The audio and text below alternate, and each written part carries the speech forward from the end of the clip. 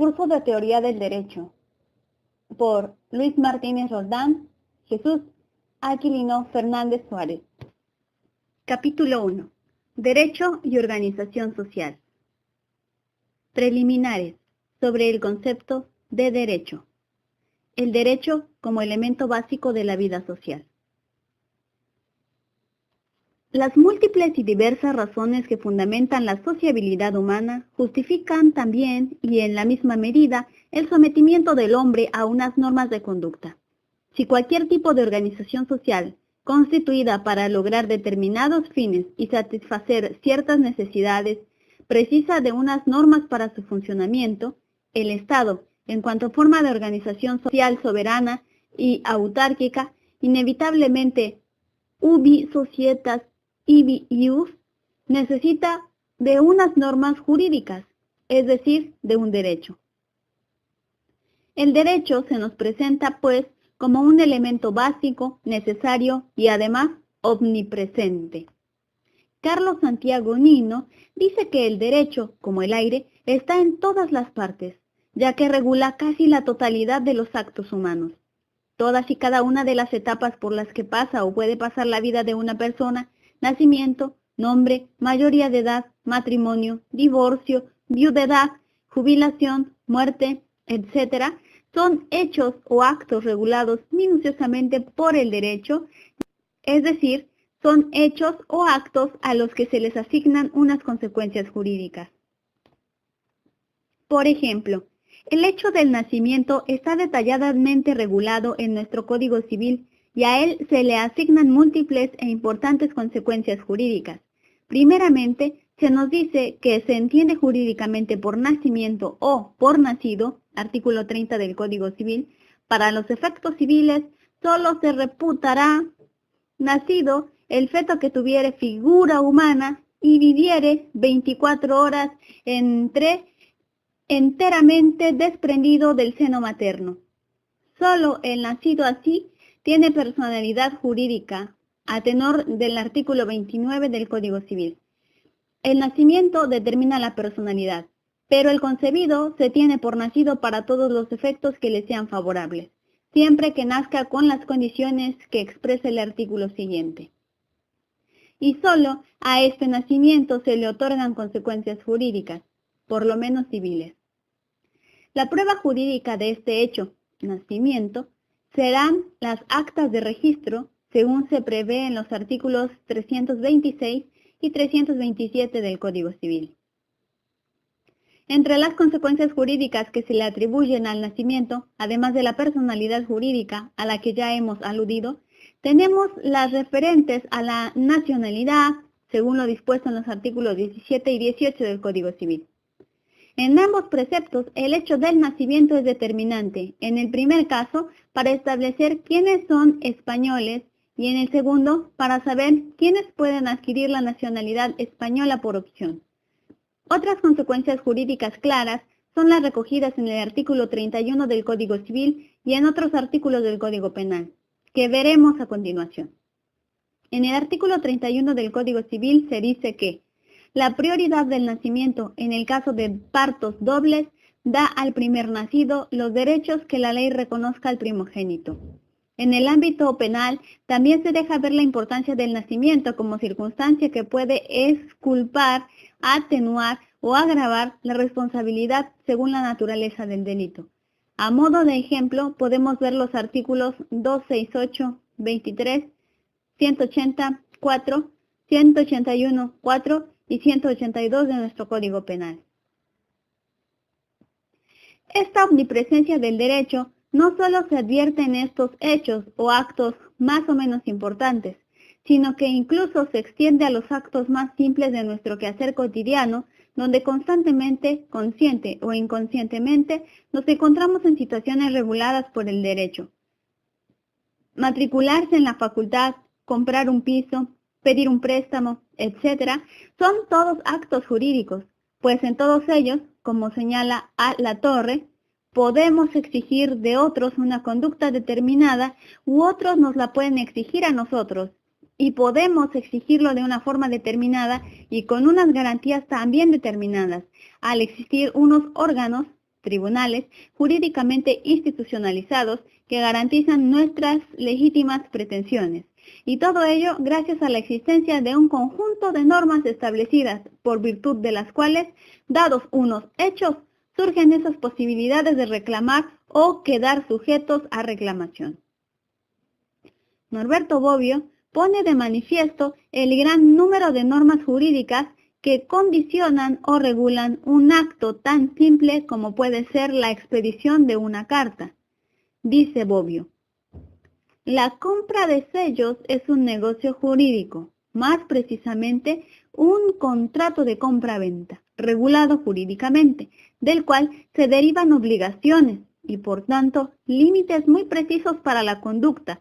El comprador, por ejemplo, está obligado a dar el precio justo y el vendedor a dar una mercancía en buenas condiciones. ¿Qué sello debo pagar al sobre? El tipo de sello está ordenado por una reglamentación de tarifas postales igualmente minuciosa, puesto que depende no solo del tipo de misiva, sino también de su tamaño, de su peso o de las mayores o menores garantías que quiero tener de su llegada al destinatario. ¿Cómo debo pagar el sello? ¿Puedo hacerlo como quiera? En nuestro ordenamiento no hay límites al respecto y por lo tanto es una acción permitida o por lo menos sometida no a una orden sino a un consejo. Pero no se puede excluir que en el futuro esa acción sea regulada jurídicamente, con el resultado de que el comportamiento contrario a la regla traiga consecuencias desagradables, como sería que la carta no llegue a su destino o también una multa.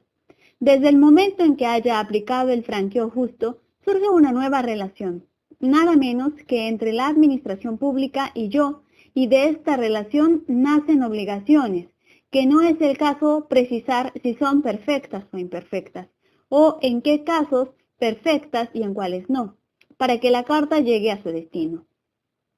El trayecto de la carta, desde el momento que parte hasta cuando llega, es fuente de innumerables obligaciones por parte de todos aquellos que están comprometidos en él.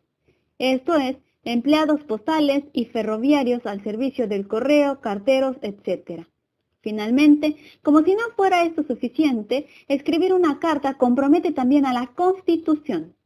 En efecto, el artículo 15 dice: la libertad y el secreto de la correspondencia y de toda otra forma de comunicación son inviolables. En nuestro ordenamiento jurídico sería el artículo 18.3 del Código que dice: se garantiza el secreto de las comunicaciones y en especial de las postales, telegráficas y telefónicas, salvo resolución judicial. La norma quiere decir que al expedir una carta surge para mí un derecho público subjetivo para que ésta, por ejemplo, no sea abierta por las autoridades de policía. 2. El derecho como objeto de análisis y de estudio. El derecho puede ser analizado desde distintas perspectivas o puntos de vista, pero históricamente han destacado principalmente dos dimensiones claramente distintas, una vertiente estructural y una vertiente funcional. Mientras la primera se orienta principalmente a dar respuesta a interrogantes sobre qué es el derecho, la segunda se centra en el análisis del papel o la influencia del derecho en la realidad social. 2.1. Dimensión estructural del derecho. La concepción estructural tiene un carácter más interno, más dogmático y menos sociológico que la concepción funcional, y desde ella se analizan los elementos o las partes que integran el derecho, su definición y delimitación, así como las diversas conexiones y relaciones existentes entre las mismas. Aspectos tales como el estudio de la norma jurídica, el ordenamiento jurídico y los conceptos jurídicos fundamentales ocupan un lugar central en este tipo de análisis. Ciertamente, la doctrina dogmático-jurídica ha insistido bastante más en este aspecto estructural que en la funcional. Y la mayor parte de las obras y de los trabajos tratan sobre estas cuestiones que acabamos de reseñar. Nosotros, en este tema, vamos a centrarnos más en el aspecto funcional, entre otras razones, porque casi todo el estudio posterior que vamos a hacer en este curso de teoría del derecho va a ser un estudio de tipo estructural. 2.2. Dimensión funcional del derecho en sentido amplio. A partir del siglo XIX surgió con bastante fuerza la dimensión funcional del derecho, debido principalmente, aunque no de forma exclusiva, al tránsito del Estado liberal de derecho, abstencionista y gendarme, al Estado social de derecho, mucho más intervencionista y benefactor. Otro factor importante que ha propiciado el interés por este tipo de análisis lo podemos encontrar en el desarrollo experimentado por la sociología del derecho con posterioridad a la Segunda Guerra Mundial. De hecho, la dimensión funcional del derecho se orienta al análisis de las relaciones entre el derecho y la sociedad, adoptando principalmente una perspectiva de tipo sociológico y destacando el papel del derecho como instrumento de control y organización social. Este enfoque no es en absoluto incompatible con los estudios tradicionales del derecho de tipo estructural. Al contrario, debemos entender ambos enfoques como complementarios, dada la interrelación existente entre estructura y función. La dimensión funcional del derecho adquiere cada día más relevancia frente al análisis exclusivamente estructural del derecho centrado en el estudio interno del entramado de las normas que integran el ordenamiento jurídico. A ello ha contribuido de forma esencial, como hemos indicado, el paso del Estado liberal al Estado social, en el que destaca tanto o más que el control coactivo y represivo, el control preventivo y la dimensión promocional del derecho. Entre las muchas funciones que hoy día se asignan al derecho, y dejando a un lado lo que podría llamarse función esencialista, que hace referencia a la realización y consecución de la idea de la justicia y de los demás valores en los que esta idea se concreta y desarrolla, podemos señalar las siguientes funciones en sentido amplio. 1. Función integradora, que se asocia con la idea de orden, de control social, y en definitiva con la idea de una sociedad pacífica y sin conflictos, al entender que el derecho tiene como función mitigar los elementos potenciales de conflicto. Esta es la función principal para la denominada concepción funcional en sentido estricta defendida por T. Parsons y otros. Sin embargo, como en todo grupo social y con carácter ineliminable existen situaciones de conflicto, es necesario que el derecho desempeñe otras muchas funciones que trataremos de analizar brevemente. 2. Función de resolución de conflictos. Cuando se da un conflicto, es decir, cuando los sujetos que intervienen en una relación experimentan la imposibilidad de establecer un punto de encuentro entre sus intereses y cada uno permanece en sus diferentes pretensiones, entonces es el derecho el que resuelve el conflicto y restituye la situación anterior al conflicto. 3. Función de orientación social.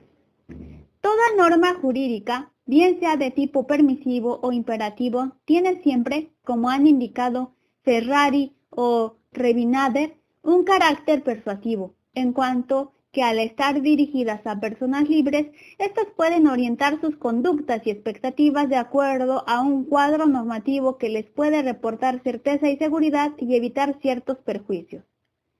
4. Función de legitimación del poder.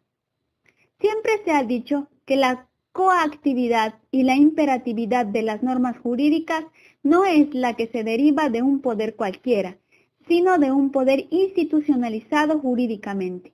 Existe una interrelación tan esencial entre derecho y poder o Estado que es imposible concebir el uno sin el otro, y es también absurdo, a mi juicio, el pretender establecer una prelación de alguno de los dos en el tiempo. Derecho y poder se interrelacionan y complementan de forma sustancial. El poder, desde su soberanía, proporciona al derecho el aparato coactivo necesario, además de programar toda una serie de finalidades y directivas que pretende alcanzar mediante ese derecho. Por su parte, el derecho proporciona al poder una organización y sobre todo una legitimación en cuanto a que es el derecho el que determina esas instancias y organismos de poder que deben decidir en cada caso, atribuyéndole competencias y fijando el procedimiento a seguir.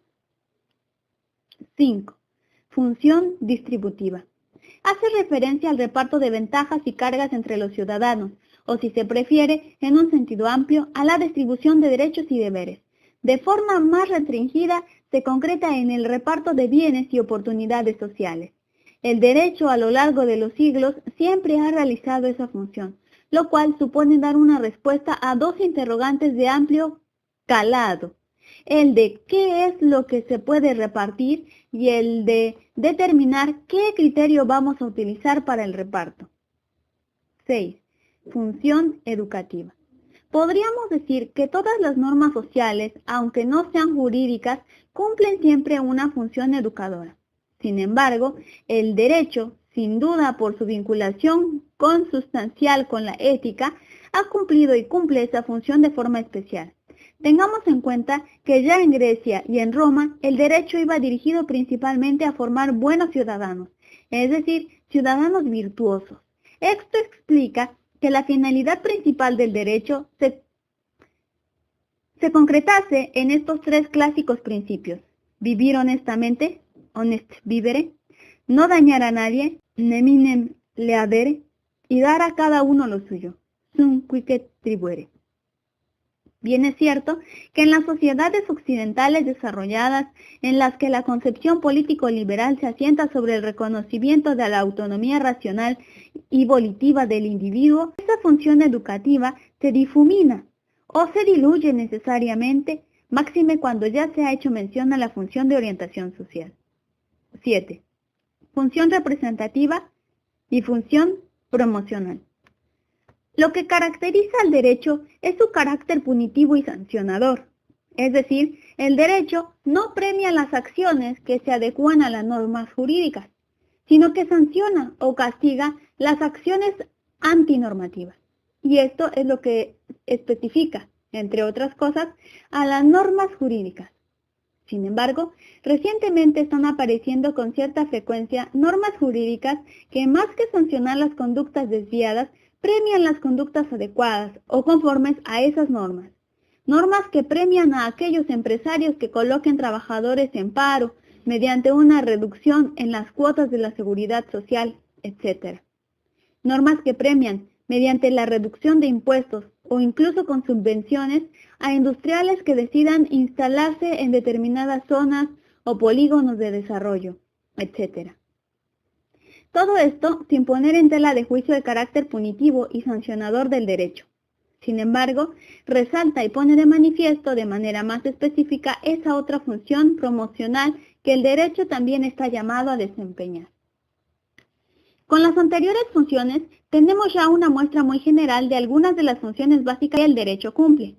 Funciones que cualquier persona medianamente documentada nos apuntaría, pues casi nadie se atreverá a negar que el derecho es instrumento clave en la organización social, que es un elemento de control social altamente desarrollado, que permite solventar y resolver múltiples conflictos sociales y que en una u otra medida es un medio para distribuir cargas y beneficios entre los miembros de una sociedad.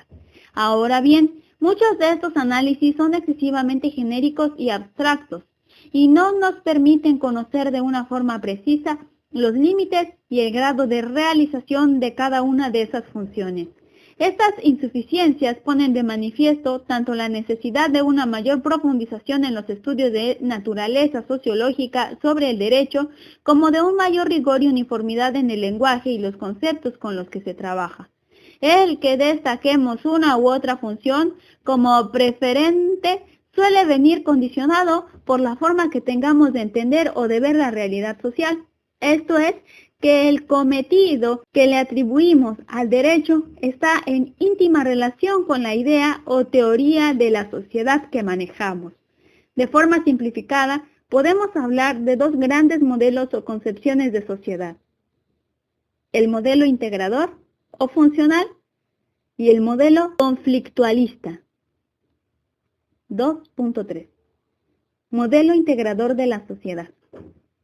Es una visión muy vinculada con la idea de orden que impera en una sociedad pacífica y sin conflictos, donde predomina el consenso de los valores que permite preservar y mantener la unidad social.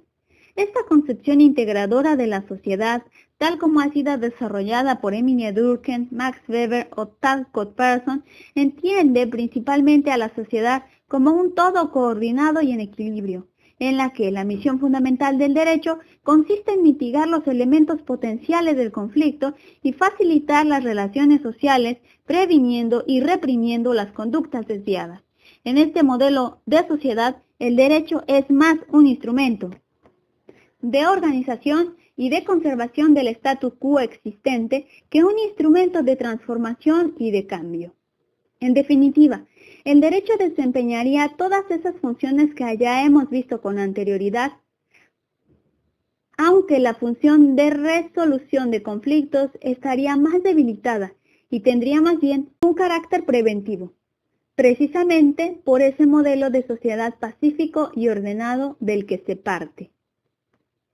2.4. Modelo conflictualista de la sociedad. Frente a la dimensión integradora o funcionalista de la sociedad, se muestra otra visión completamente distinta, que sería la dimensión conflictualista. Según esta dimensión, en la sociedad destacaría la lucha, el enfrentamiento, el desorden, el conflicto y las tensiones, ya sean entre individuos, grupos o clases. Las concepciones conflictualistas de la sociedad, en vez de resaltar los elementos de consenso y equilibrio, ponen el acento en las contradicciones, los desequilibrios, las discontinuidades, las tensiones de poder. Precisamente, la presencia del derecho se debe a la necesidad de unas normas que permitan dar algún tipo de respuesta a los constantes conflictos existentes. Tal vez la dimensión primera y más elemental del derecho sea el regular o solucionar los distintos conflictos de intereses que la realidad social nos plantea. Ello no quiere decir que seamos partidarios de una concepción conflictualista, en sentido fuerte, tal como es defendida por las principales corrientes marxistas. Los marxistas parten de una sociedad en constante conflicto debido a las grandes tensiones existentes, sobre todo del tipo económico, y entienden que el derecho tiene su origen en el conflicto y que surge no con la intención de solucionarlo, sino más bien de encubrirlo y legitimarlo. Yo creo que en principio el derecho surge como un medio de regulación y solución de conflictos, y no puedo estar de acuerdo, por lo menos con carácter general, con la idea de que el derecho, más que solucionar los conflictos, pretende enmascararlos y legitimarlos. Pues si bien el derecho puede ser utilizado con esta finalidad y en algunas circunstancias históricas así se ha hecho, lo normal, por lo menos en teoría, es que el derecho pretenda dar solución a los problemas reales desde una concepción de justicia y equidad. En la base del derecho y de su dimensión funcional, de la que ya hemos hablado, está el conflicto. Pero esta situación conflictual no se puede reducir, como pretende la teoría marxista, a un enfrentamiento de intereses materiales, sino también a la diversidad de formas de ser, de pensar, de cada individuo que le lleva a la reafirmación del yo frente a los demás. Sería, pues, conveniente distinguir entre conflictos de intereses, también llamados conflictos económicos, y los conflictos ideológicos. En este sentido, pienso que los conflictos no deben ser siempre prevenidos y solucionados. Esto solo sería aplicable a los conflictos de intereses, sino que en algunos casos, es decir, cuando se trata de conflictos ideológicos, deben ser fomentados y protegidos, pues haciéndolo así se está amparando el primer derecho fundamental del individuo, la autoafirmación del yo, y el derecho a ser él mismo frente a los demás y frente a la sociedad. Podemos, pues, hablar, por un lado, de conflictos negativos, conflictos de intereses o materiales, y por otro, de conflictos positivos, conflictos de personalidad o ideológicos. Las causas de los primeros se reducen principalmente a imperfecciones o carencias de la naturaleza humana o de su entorno, mientras que las causas de los segundos se basan en la autoafirmación del yo y en definitiva en el deseo de ser. Algunas de las causas de los conflictos negativos serían: 1. La escasez de bienes para satisfacer nuestras necesidades. 2. La indigencia de la naturaleza humana, del individuo. 3. La vulnerabilidad del individuo frente a las agresiones de los demás. 4. La relativa similitud física e intelectual que hace difícil que ninguno por separado pueda dominar al resto. 5. La falta de solidaridad. 6. La limitada racionalidad de los individuos en la persecución y defensa de sus propios intereses. En definitiva, el conflicto negativo se producirá siempre que entre dos o más personas se dé una situación de incompatibilidad en sus aspiraciones o en sus necesidades respecto a los bienes que pueden satisfacerlas. Así lo define F. Carneluti y L. Díez Picasso, que en este punto sigue al mismo Carneluti. L. Díez Picasso clasifica los conflictos negativos o de intereses en dos categorías: controversias económicas y controversias jurídicas. Estas distintas categorías obedecen sobre todo al distinto papel y a las posibles actitudes que el derecho puede adoptar frente al conflicto. Una primera posibilidad consiste en dejar la solución final del conflicto a la espontaneidad de la vida social y de los agentes económicos y sociales, por entender que no es conveniente, oportuno o necesario intervenir jurídicamente para dar una determinada solución protegiendo a uno en detrimento del otro. El derecho no toma partido y mantiene la neutralidad sobre la sustancia conflictiva. En tales casos, el derecho únicamente tendrá que velar por la existencia y observancia final de unas reglas del juego en el desarrollo de la situación. Eso es lo que ocurre cuando dos empresarios discuten el dominio de un mercado en el que rige el principio de libre competencia. La ley del más fuerte acabará por imponerse, pero la concurrencia o competencia tendrá que desarrollarse de acuerdo con las reglas de una competencia leal que el derecho fijará y hará que se respeten. Cuando esto sucede, estamos ante lo que Díez Picasso denomina controversia económica. Una segunda actitud posible sería la de una toma de partido por parte del derecho ante el conflicto. Esta toma de partido puede imponer el triunfo de uno de los intereses o de una de las pretensiones en conflicto frente a la otra, o puede exigir un parcial y recíproco sacrificio de cada una de ellas. Por ejemplo, en el conflicto del propietario de una casa desposeído de ella y el autor del despojo, triunfará el interés del propietario, y el autor del despojo deberá restituir la casa. Sin embargo, en el conflicto entre el propietario desposeído de un bien mueble y el adquirente de buena fe, los puntos de vista se complican, aunque la solución final será siempre el triunfo de uno de los intereses en conflicto. Será preferido el propietario si la cosa se le había extraviado o había sido privado de ella ilegalmente. En cambio, será preferido el adquirente de buena fe si no ha existido extravío ni privación ilegal, o si el adquirente lleva en la posesión de la cosa de manera pública, pacífica e ininterrumpida más de 3 años. Artículos 464 y 1955 del Código Civil. En estos casos, estamos ante lo que Díez Picasso llama una controversia jurídica.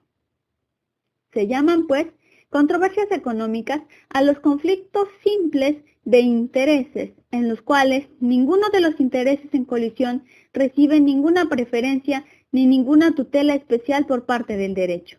En las puras controversias económicas, la situación desemboca en una perpetuación del conflicto o en la derrota de uno de los contendientes, por obra misma de la dinámica de la situación o de la espontaneidad de la vida social, o en la solución del conflicto mediante un pacto o acuerdo entre ellos.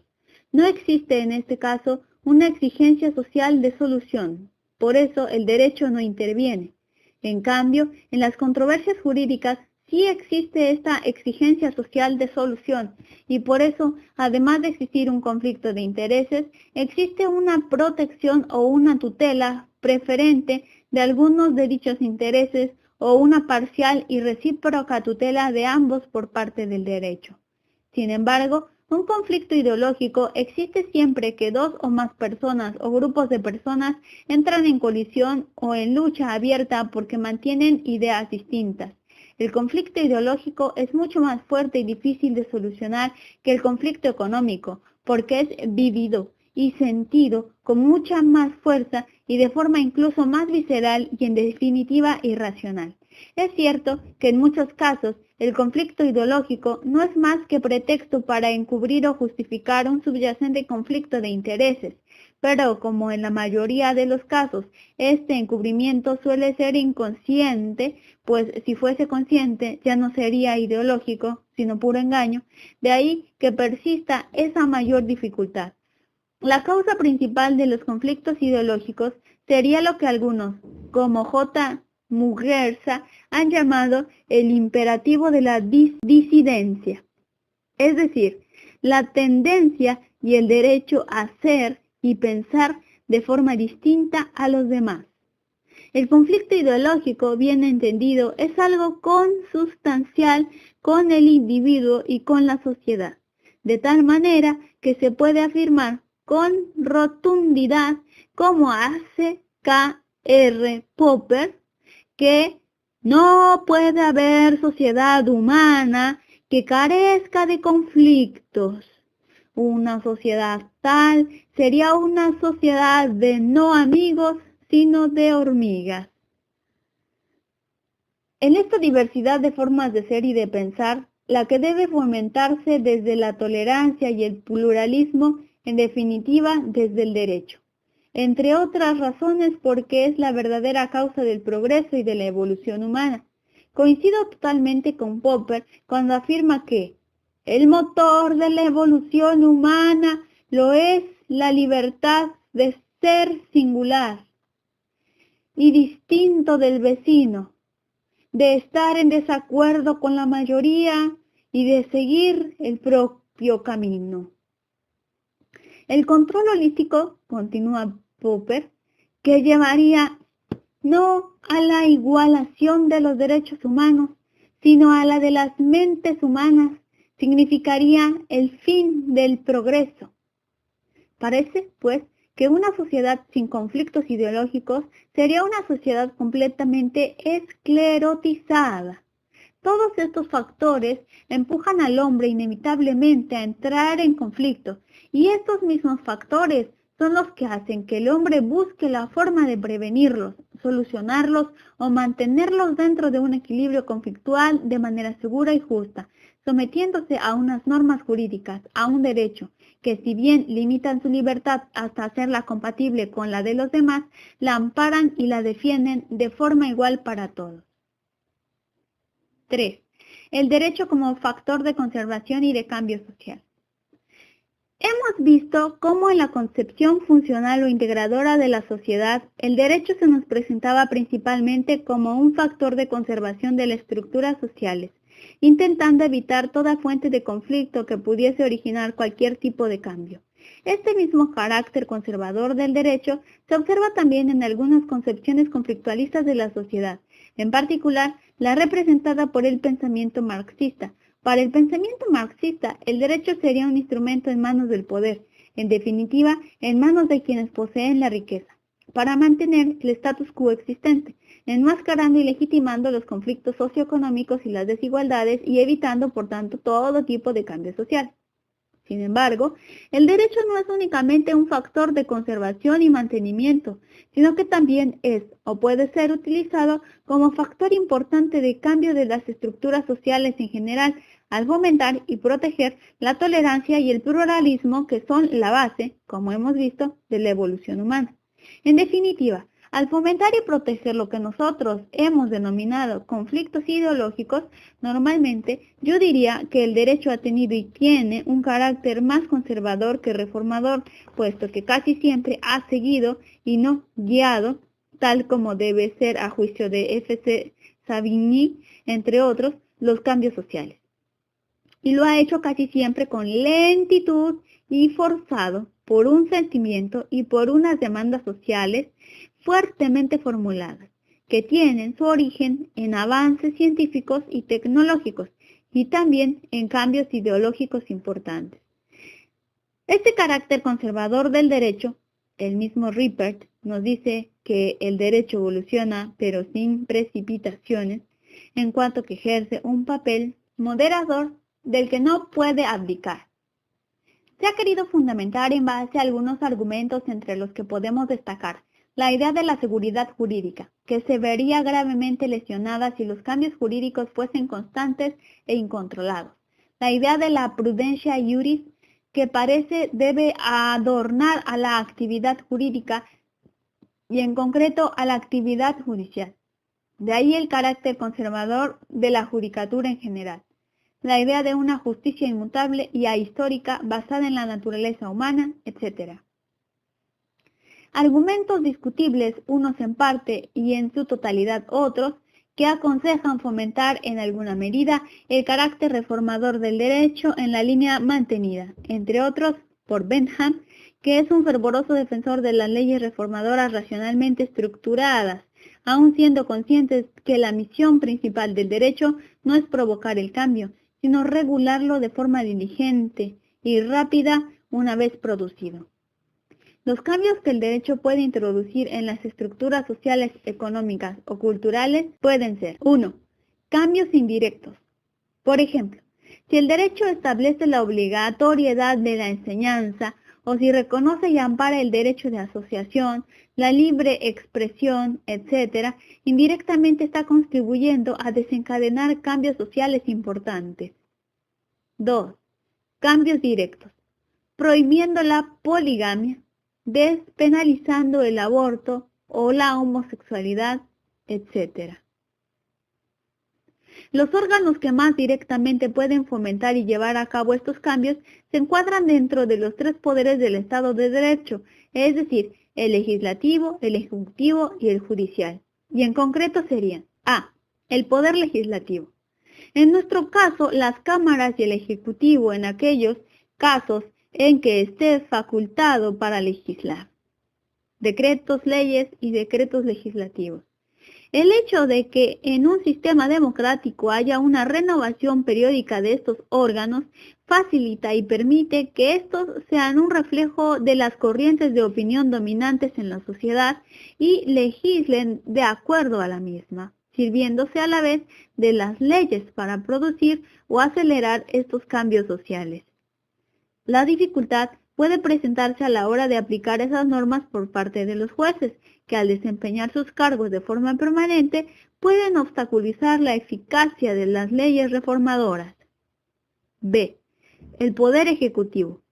No solo en su vertiente legisladora a la que acabamos de aludir, sino también, y sobre todo, creando las condiciones para que los cambios que se pretenden introducir con las leyes sean reales y eficaces. C. El Poder Judicial.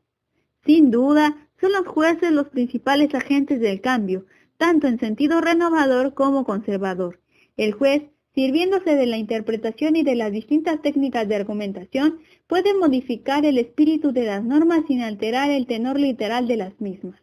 Por ejemplo, en Argentina, como en todos los demás países en los que el aborto está prohibido, las normas que castigaban el aborto se aplicaban casi exclusivamente a las mujeres pobres, que debían internarse en un hospital público debido a las lesiones producidas por las prácticas abortivas clandestinas, mientras que las que tenían medios acudían a las clínicas privadas dentro o fuera del país. Ello hizo que los jueces, ante esta injusta situación, interpretasen y argumentasen que la mujer que abortaba en el hospital público se encontraba en una situación análoga a quien se obliga a declarar contra sí mismo y que en consecuencia debía ser absuelta. En esta misma línea, Perelman hace referencia a la situación de los jueces ingleses de principios del siglo XIX. Las leyes establecían la pena de muerte para los culpables de crimen mayor y se incluía dentro de esta tipología a todo robo superior a 40 chelines, lo cual a los jueces les parecía claramente injusto. Durante años, los jueces vinieron interpretando y estimando el valor de todo robo como inferior a 40 chelines, para evitar la imposición de semejante pena, hasta que un día, en 1808, se evaluó en 39 chelines el robo de 10 libras esterlinas, unos 200 chelines, lo cual provocó un cambio en la legislación. A lo largo de este primer tema nos hemos ido aproximando al derecho, que también de forma aproximada y muy general podríamos definir como un conjunto de normas de conducta obligatorias establecidas o autorizadas por el Estado y respaldadas por el poder, con el fin de prevenir, solucionar o, en otros casos, fomentar los conflictos sociales de manera segura y justa. El derecho, a primera vista, se nos presenta como un sistema punitivo o sancionador, es decir, como un conjunto de normas que sancionan toda conducta que no encaje en los esquemas genéricamente descritos por esas normas. Hoy día existen algunos preceptos o normas jurídicas a las que antes habíamos aludido que optan por la técnica de la recompensa premiando la acción conforme a la norma, en vez de castigar la conducta antinormativa. No obstante, y a pesar de los ejemplos de este tipo de normas que antes hemos mencionado, se puede afirmar con toda claridad el carácter sancionador del derecho. Sanción jurídica que se caracteriza por el hecho de que puede ser aplicada por la fuerza, es decir, mediante la coacción, pero se trata de una coacción institucionalizada jurídicamente, en el sentido de que en las normas jurídicas se puede pedir la ayuda de una autoridad y de los tribunales para hacerlas efectivas. Además, es el mismo derecho el que, a través de las llamadas por Hart normas de adjudicación, instaura las autoridades y organismos competentes en la aplicación efectiva de las normas. Precisamente, la función de los abogados, llamados por algunos arquitectos sociales, consiste principalmente en exponer el abanico completo de conductas posibles dentro del marco jurídico para evitar esa acción punitiva y aconsejar a su cliente la conducta más favorable dentro de las jurídicamente posibles. Esto es precisamente lo que hace al evacuar consultas o al redactar contratos, estatutos, reglamentos, etc., o al presentar ante los tribunales el mundo posible, dentro del esquema normativo y más favorable a su representado.